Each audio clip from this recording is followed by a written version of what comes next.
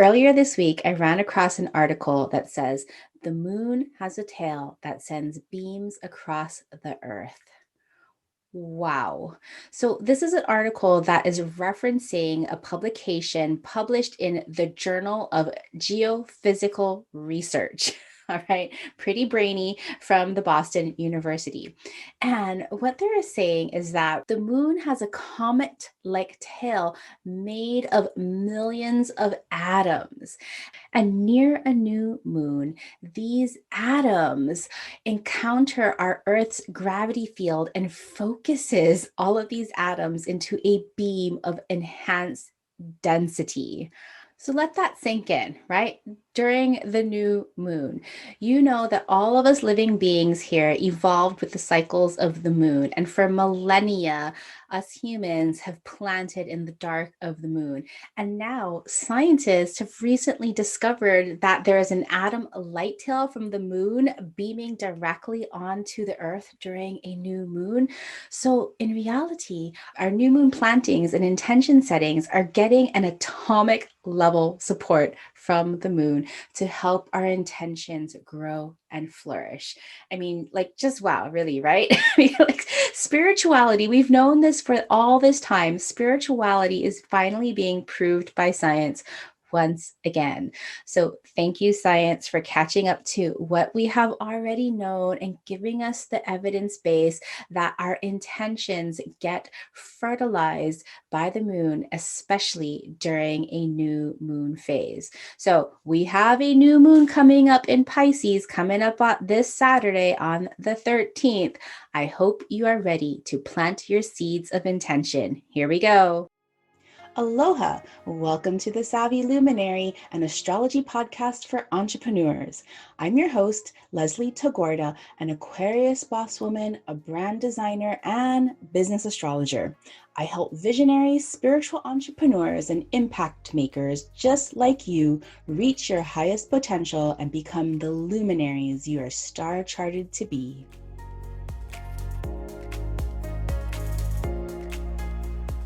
All right, everybody, it's Leslie Tagorda here, your brand astrologer and designer, and we are coming up on the most powerful new moon in Pisces.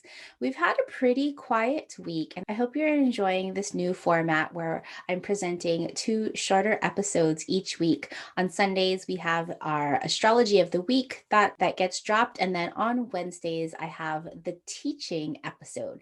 And so today we are going to be talking all about Pisces energy. I know that we're well into Pisces season, but I haven't really gone and given you a deep dive about all this Pisces energy and how to work with it in your brand and business. And then, of course, I'm going to be talking about the new moon in Pisces. I'll be going over the astrology because we have another power packed stellium in Pisces this time. I'll be answering user questions that, oh my gosh, I just love the community that has grown on my Facebook group, The Savvy Luminary. Everybody asks the most inspiring questions that I love answering. So I'll be answering those user questions. I'll also be sharing about how to personalize this upcoming new moon according to your natal astrology, and then giving you some tips on how to really harness this big, dreamy Pisces energy to set your intentions. And it's not your logical old way of just putting things to words. So let's dive in. To set our energy for today's episode, our mantra will be, I work in my purpose with ease and flow in my business with support from divine. All right, so if you could plant your feet firmly on the ground, make some space wherever you might be. That is, of course, unless you're driving, please keep driving. But plant your feet firmly on the ground. Take a beautiful, deep, clearing breath, and then repeat after me.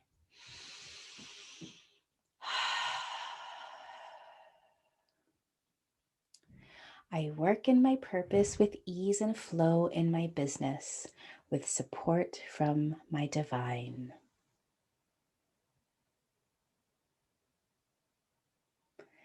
And again, I work in my purpose with ease and flow in my business with support from my divine. Before we dive into all of this Pisces energy, I wanted to invite you to a very special new moon ceremony.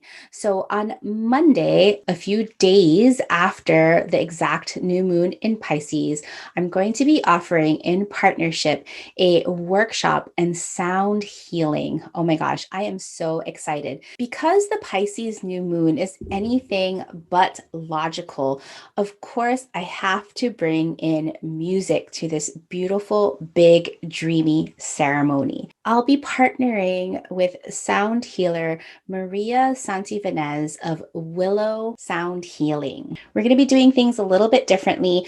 As soon as you sign up, we'll be sending you your new moon worksheet so you can get really clear on your intentions before our ceremony. So during our ceremony, we will start off with a sound healing. And normally during a ceremony, I give everybody their mini readings during the ceremony, but I will be sending them to you before the actual new moon in case you end up doing your own personal new moon intention setting. Because, of course, remember, we are getting all of the beams of atoms from the moon, according to that article I mentioned earlier. And so you'll have all the tools to do your own new moon intention setting well beforehand, because the new moon is exactly on Saturday, March 13th, and our workshop is not until Monday, March 15th at 2 p.m. Pacific, 5 p.m. Eastern. I'll be partnering with Maria Santivanez of Willow Sound Healing. She'll be doing a beautiful sound healing. Take a listen.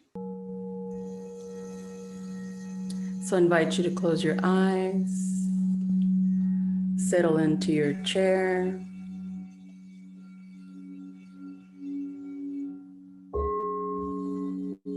Getting comfortable and closing your eyes. Settle into this moment as you breathe in and out through your nose. So, if you'd like to join us for this wonderful ceremony and sound healing workshop, please head over to thesavvyluminary.com/new moon to sign up. Again, once you sign up, you'll get your worksheets. I'll send you ahead of time a little mini reading on a Loom video for you. It is pay what you can. We have a suggested price for you, but I don't want you to not attend if this feels if you're really called to it for lack of money. All right. So it's pay what you can. You can pay as low as $10 if you need to. So please join us on Monday, March 15th at 2 p.m. Pacific, 5 p.m. Eastern for a beautiful ceremony and sound healing for our new moon in Pisces. All right. So I have so much to share with you today. Hopefully, I'll be able to get through everything in perfect divine timing. So I wanted to talk about Pisces in our business because, Pisces is kind of one of these energies that people can really focus on the shadow sides of Pisces, right? It's not super easy to explain or to define in a logical way. Go figure. Right.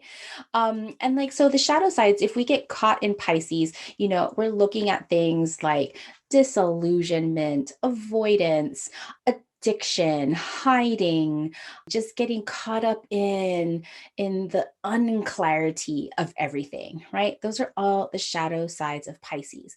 And then we hear things about Pisces, like people who have a lot of Pisces energy of being too visionary or too sensitive or too emotional and all those things, which then of course lead to things like hiding and avoiding an addiction, right? Because for most people, I know that addiction, I don't want to talk about it lightly, but for most people, people, like addiction is, it really is a mental health issue. And a lot of this mental health issue stems from people who just feel too much. And that's that Piscesness, right? Because in the zodiac, Pisces, the sign that symbolizes the great ocean and spirituality and interconnectedness, compassion and empathy, right? It is a water sign, so it is highly sensitive. And sometimes for people with Pisces, if they're not able to contain that Pisces energy, it can be too much. It can feel so sensitive because you're so in tune with everything that is going around you, whether it's people's energies or the spiritual energy of the collective. Sometimes this can be so big, right? And Pisces is also a mutable sign. So it's very go with the flow, right? Again, even more hard to contain. So I love to talk about Pisces as being porous, right? It doesn't have a container. And so when we think about all this Pisces vast energy, the interconnectedness of this interconnectedness goes beyond just our emotional level in this physical plane, but it's also the interconnectedness to spirit in the spiritual plane. And if you go beyond spirit into other dimensions, then yeah, Pisces is your channel. Now, what we forget when working with Pisces is that, yes, it's a water sign like Cancer and Scorpio and Pisces, duh. These three water signs, they are our world's healers, right? Where Cancer holds space for healing and nurturing to happen, and then Scorpio dives into the deep to bring up transformation, to look at all of the shadows. And then once all the shadows have come to light and have been transformed, thanks to Scorpio, then we offer up our healing to the divine so that we can connect with the oneness of all. That's kind of water in a nutshell. Now, with the mutable signs are based, if you just look at the seasons, right? The mutable signs always happen at the transition from one season into the next. So it's always at the very end of the season.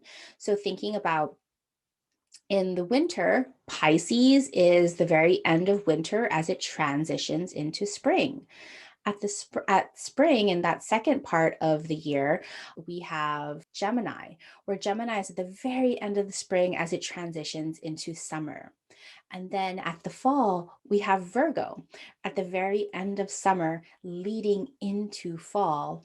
And then we have Sagittarius at the very end of fall, leading back into winter, right? So our mutable signs again are Pisces, Sagittarius, Virgo, and Gemini. I did not say those in the correct order, but you catch my drift. I have a lot of mutable. And so the mutable signs are the wise signs, right? Because they're transitioning. They're able to acclimate everything from the past and bring in the future. They're able to go with the flow because they can see so many perspectives.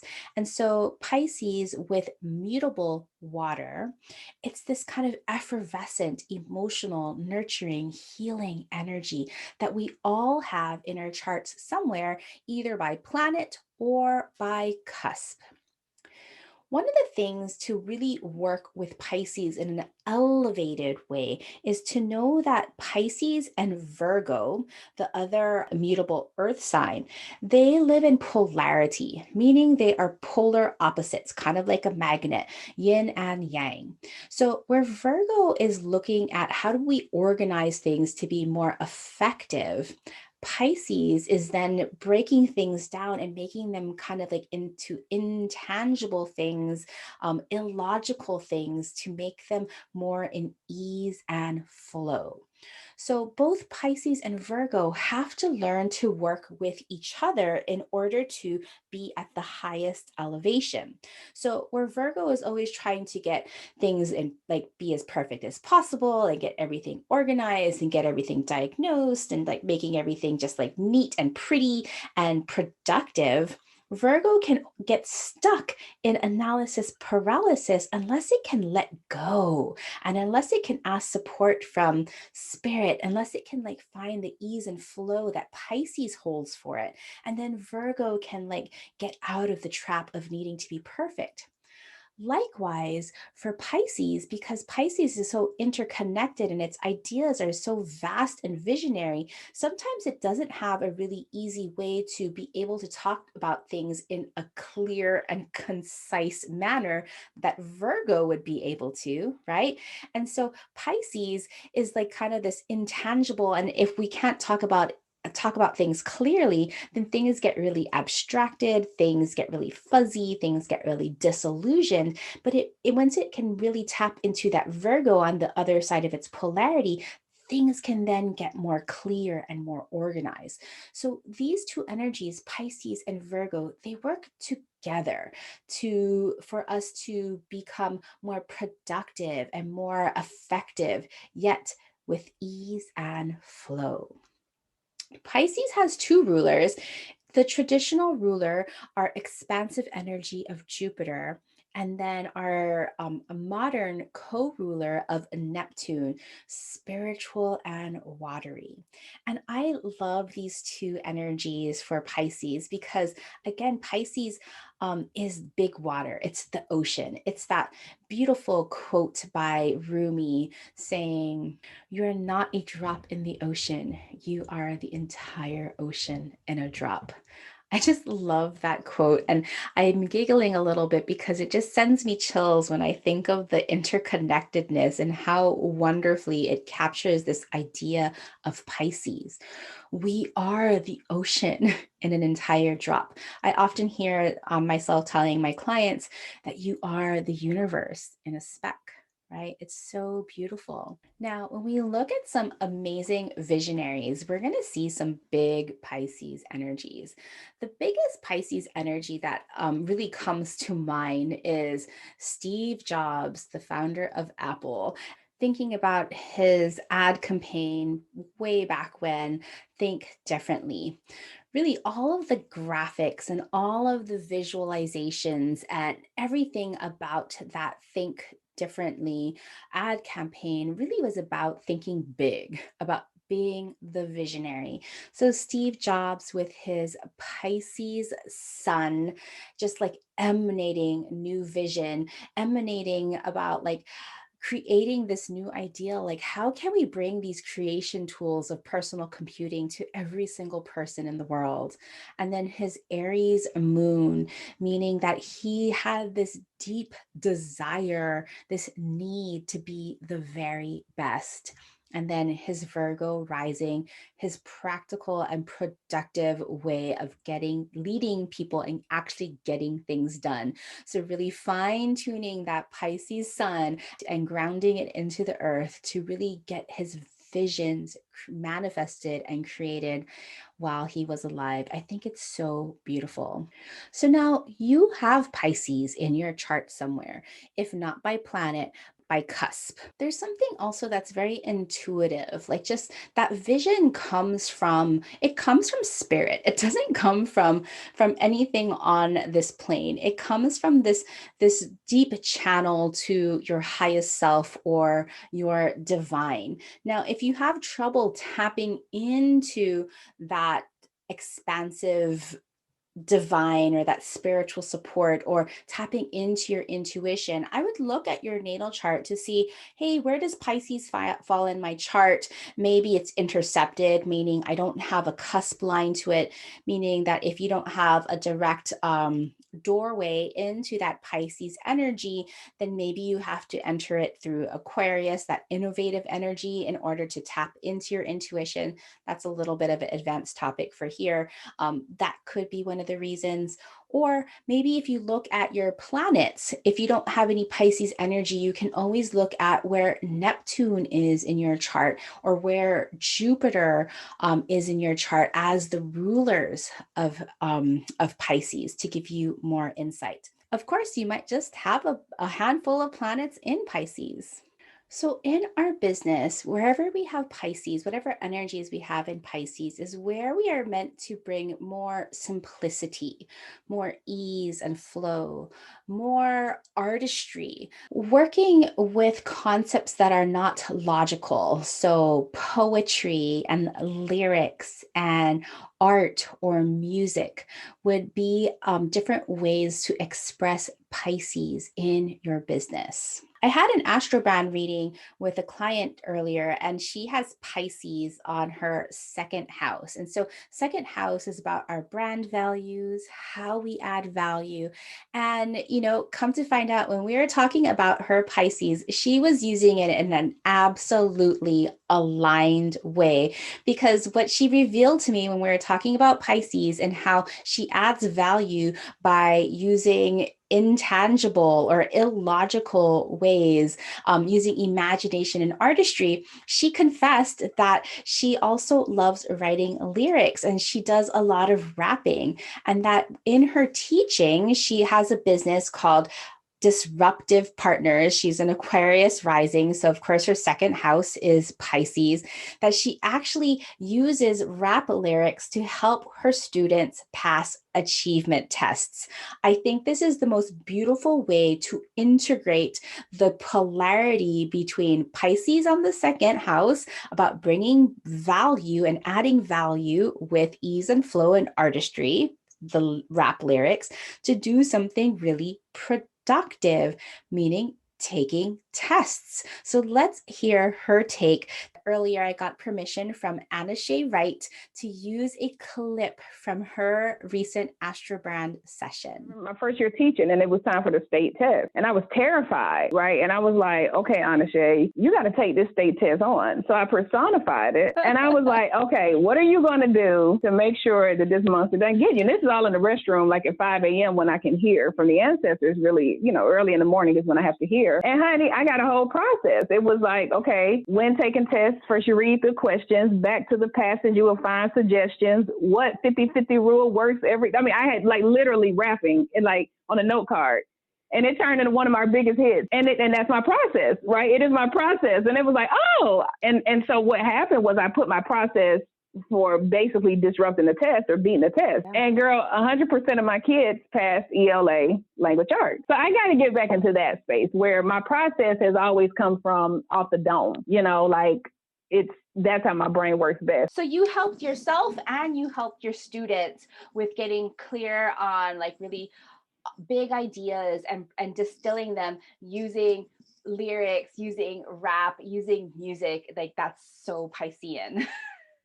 Yeah, and honoring the feeling as the message, right? That was the biggest thing. Like, I had to ask myself, what is the story you're telling yourself, right? Oh, okay, your kid's gonna fail, so what you gonna do about it, yes. Right? Because you're powerful. You're powerful. And I'm like, oh, I want to teach them the content, but I'm also going to teach them, there's a science, right? They have to know the content, right? So you can't sing a song and tap dance, right? And think kids are going to learn, but you can reinforce it with the process, right? The content and the process. And so the process is when taking tests, first you read the questions, back to the passage, you will find suggestions. Thank you so much, Anna Shea. You can find out more about her on her website, disruptivepartners.org, where she helps executive leaders become more compassionate community builders. All right, so let's take a look at planetary energies in Pisces. Remember that Pisces is about bringing artistry and visionary aspects and ease and flow and connection to spirit, interconnectedness, compassion, empathy, right? If we can just capture all of those feelings of Pisces, and I'm just going to call it ease, flow with support from spirit. All right, just to kind of capture it in a tangible, easy to digest, thank you, Virgo, way. So if you have your rising sign in Pisces, of course, you are here to lead and guide with ease, flow, and support from spirit. If you have a sun in Pisces, just like Steve Jobs, you create and radiate this visionary expression of Pisces. If you have your moon, your sensitive moon in sensitive Pisces, oh, your feeling and your ability to heal and to intuit is so great. You have an ultra sensitive moon that you need to feel and heal with ease, flow, and support from spirit. If you have your Mercury in Pisces, just like me, you might be an artist or a musician because you think and express yourself in very illogical ways, thanks to that Pisces. Abstract thinking, abstract expression through music and art, of course, with ease, flow, and support from spirit. Now, that doesn't mean that you can't express yourself cohesively, that you have to lean into your Virgo-ness. If you have your Venus in Pisces, you attract and connect with other intuitive visionaries with ease, flow, and support from spirit. If you have your assertive Mars in Pisces, you actually have a very sensitive desire to act and motivate. So if your Mars is in Pisces, you motivate and energize with ease, flow, and support from spirit, right? Like spirit is like really motivational to you. If you have Jupiter in its home sign of Pisces, you have just that visionary trait, that visionary imprint. You expand and believe with ease, flow, and support from spirit. Now, if you have Saturn in Pisces, this is a little bit different for Saturn. You want to structure and achieve with ease, flow, and support from spirit. Now, that might be a little bit challenging, but I know you can do it. Now, if you have Uranus in Pisces, yes, we need you, Uranus in Pisces. Although you are still just budding entrepreneurs, maybe you were born sometime between 2003 to 2011. If you are a listener, welcome. I am here to help you. Reach out directly to me. I would be happy to give you a astrobrand reading on the house, because you really are here to shake things up with your visionary spiritual style, because you are here to innovate and individuate with ease, flow, and support from spirit. Now, we have Neptune in Pisces right now, right? So for all the little ones who were born sometime after 2011, we need you too. And so if you happen to be listening to this and you are like 10 years old and you want a little astrobrand reading, please reach out to me. But we are depending on you in the future to unite and inspire with ease, flow, and support from spirit. There is nobody living yet that has Pluto in Pisces. Pluto will not move into Pisces until 2044. Now, if you have any of your lunar nodes, if you have your North Node in Pisces, you are here to stretch into your visionary potential with ease and flow and support from spirit. And if you have your South Node in Pisces, you are here to let go of past disillusionment patterns with ease, flow, and support from spirit. So check your chart, see what energies, natal energies that you have in Pisces. And if you don't have any natal energies in Pisces, not to fear, you will have Pisces on the cusp somewhere. I don't have time to go over that today, but we'll be talking about the new moon activations by house.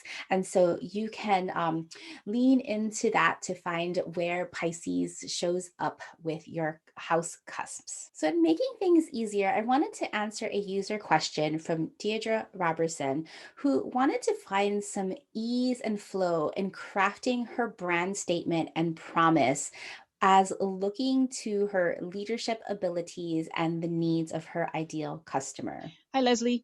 I've had the urge to really understand what my astrology chart is saying about my ideal clients by studying my seventh house even more. And I also find myself diving into how to state clearly what I do for them based on my chart, but I feel kind of stuck in this area. The place where I was stuck as well was, what are some examples would you give for a Gemini Cancer rising to describe who, when I say I hold safe space for XXX, for who, like who would that be? But I just wanted to know from you what examples come to mind for you that you would give. Thanks. Yeah, so great, Deirdre. You are so close to your formula in terms of I am a, if we're just like thinking about a formula that you will mold in with your beautiful language. So if we do a formula, I am a, and that's your rising sign, that helps seventh house ideal customer to overcome the seventh house shadow by working in your sun superpowers so that they can gain your second house values. And then you can also add a little tagline like success for me is when I am recognized as, and then we talk about your moon sign. All right. In a nutshell, that would kind of be your brand statement. So looking at your chart, yes, you are your rising sign is a blend of Sagittarius and Capricorn, just because you have so much Capricorn and you also have your moon in there. And so the keywords that you're playing for in terms of your leadership style, who you are, is a visionary, that's Sagittarius, goal getter, that's Capricorn. And then, but you also have your moon there. So there's this part, this emotional, intuitive part. So if you can kind of craft together a title with that, with your rising sign based on those energies. Now, answering your direct question about your ideal customers with the Gemini Cancer archetype, if I were to just put keywords right on there, even though you mentioned that you don't necessarily work with mothers, the other imprint of the Cancer archetype is the caregiver. And so the Gemini are the curious caregivers. That would be a really easy way to define them. Other aspects of Gemini are the ones who are seeking understanding, or they create dialogue, or they create engagement, they share information. And then, of course, Cancer being the divine mother or the nurturer or the caregiver. So I hope that serves you, Deirdre, in bringing more ease and flow in creating your brand statement. All right, so let's talk about this new moon in Pisces.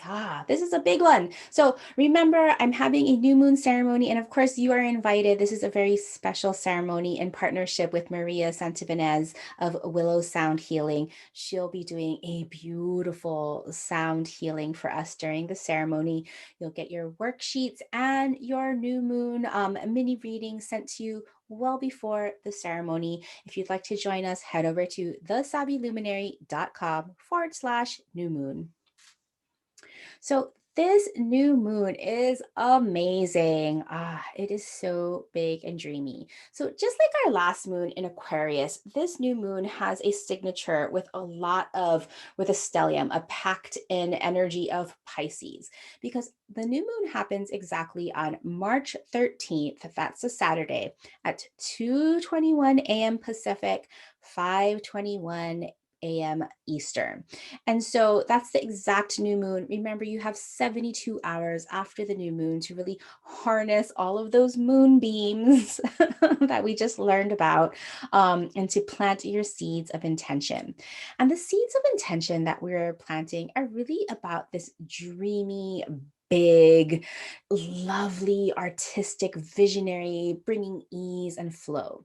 At the time of the new moon, when the moon and the sun meet exactly at 23 degrees of Pisces, we also have Venus and Neptune. Both, they're going to meet exact about 15 hours later. And so Venus and Neptune, both in Pisces. Venus and Neptune are kind of like the same energy, but Neptune is at like the higher frequency, where Venus is our ability to connect with the people and the resources that we need to live our lives and to bring artistry and happiness and intimacy. Neptune takes it up a frequency, takes it up an octave, so that this interconnectedness to all the things that we need in our physical life now interconnect with the spiritual plane. All of our inspiration and our artistry and our imagination that we channel through, not on this earthly plane, but from spirit.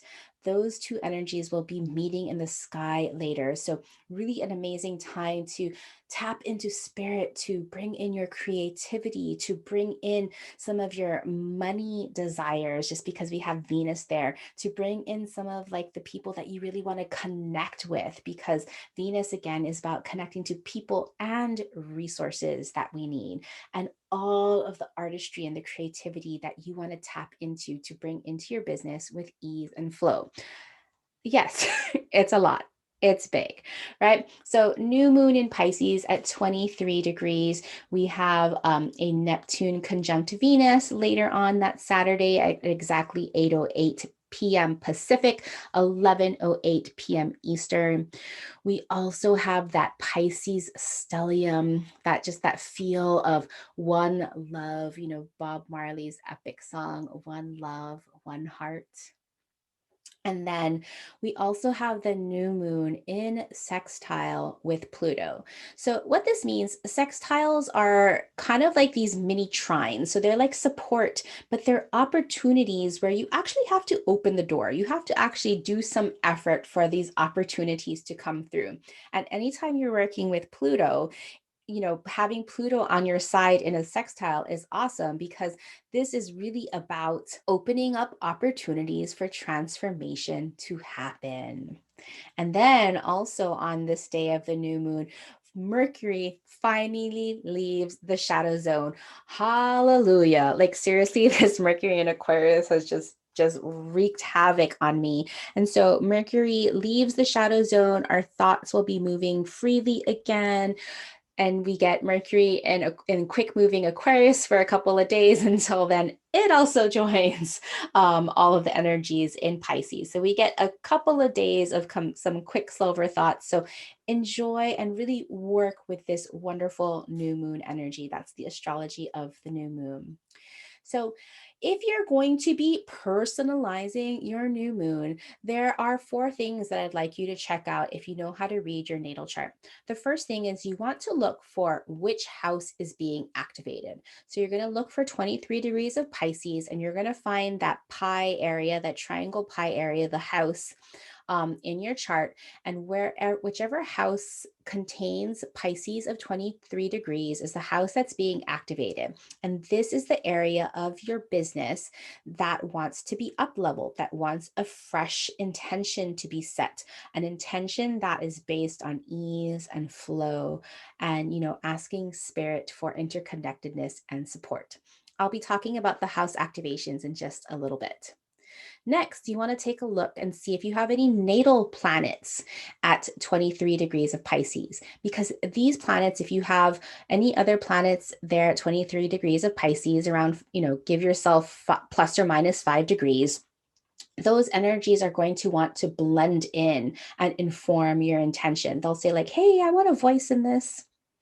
And then you want to take a look to see if you have any other mutable energies. So the other mutable signs, so Pisces, a mutable energy, Gemini, Virgo, and Sagittarius. If you have any planets around 23 degrees of Gemini, Virgo, or Sagittarius, these energies are going to be adding creative friction. What that means is that there's going to be some challenges that present to you with this new moon, these challenges that want to be added, that are like saying, hey, like, don't forget to use me, to integrate me in this way into your new moon intentions. Okay. And then if you have any water energies, like either Cancer or Scorpio of 23 degrees, around 23 degrees, those emotional healing energies those healing waters will support you. And so get curious with what those energies want to have a say and support in your new moon intention. All right. So those are 4 ways for you to personalize your new moon ritual if you know your natal astrology. So let's dive into the house activations for your business. So remember, this new moon intention is all about the dreaminess and the imagination, and bringing simplicity and ease and flow, and asking for spirit for help. Right. And so when we ask for spirit to support us and guide us, it can really, yes, it can be so easy to just ask spirit. But the key in asking spirit is to be very clear with what you desire. And because this is Pisces energy, finding that clarity sometimes is really difficult, right? And so sometimes we look to illogical ways to tap into that clarity, like Anna Shea did with rapping some lyrics, or with me, how I play music and I get clarity as I practice my clarinet, or writing poetry. So sometimes, like tapping into that clarity, we're going to go about in non logical ways to tap into that clarity to bring in more ease and flow and connection to spirit in your business, right? Because remember, this new moon activation is today I plant the seeds to bring more ease and flow and connection to the divine in my business. All right. So on social media, I'll be posting all of these house activations. So you don't have to scramble and write them here. Just follow me on Instagram at New Moon Creative Co. or hop into my free Facebook group at The Savvy Luminary, and you'll get these resources. Oh, and of course, if you head on over to thesavvyluminary.com, you can always check out the show notes. So if your 23 degrees of Pisces happens in your first house, you are being asked to up level and clarify your spiritual brand identity and leadership style. How do you want to feel? What do you want when you are leading from this place of ease and flow?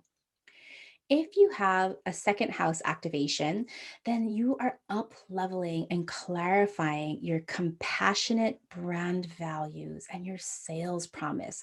What gift do you bring to the world? What value add do you add that is with ease and flow, with a hint of spirituality? If you have a third house activation, this is all about your creative communications and promotional style. Yes. How do you want to feel when you are communicating and promoting and sharing information in your brand with ease and flow?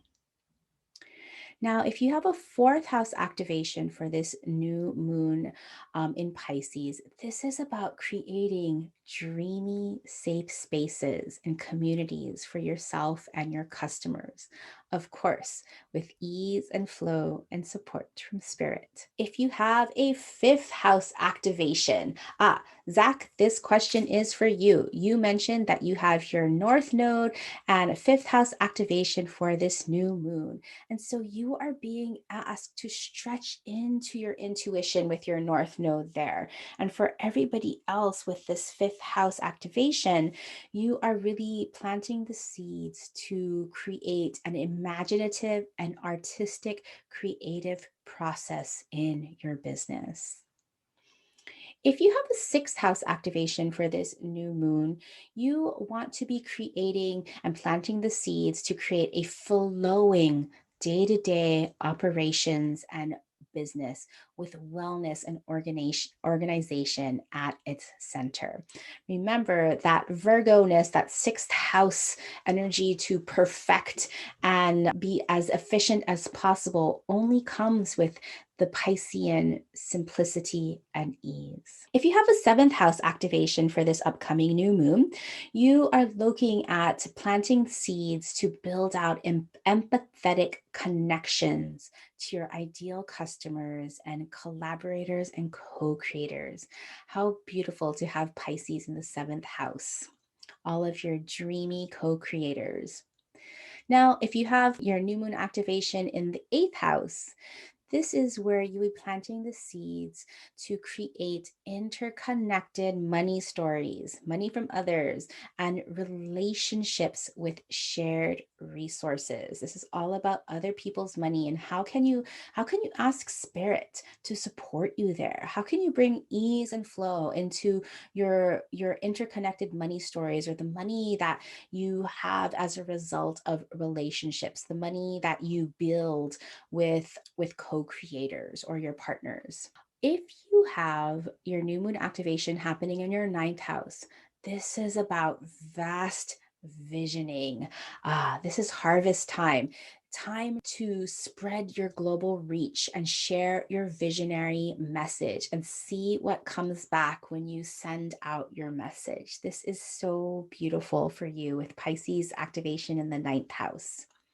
Now, if you have your new moon in Pisces happening in the 10th house, activating your 10th house, this is about delivering your best work with infinite ease and flow.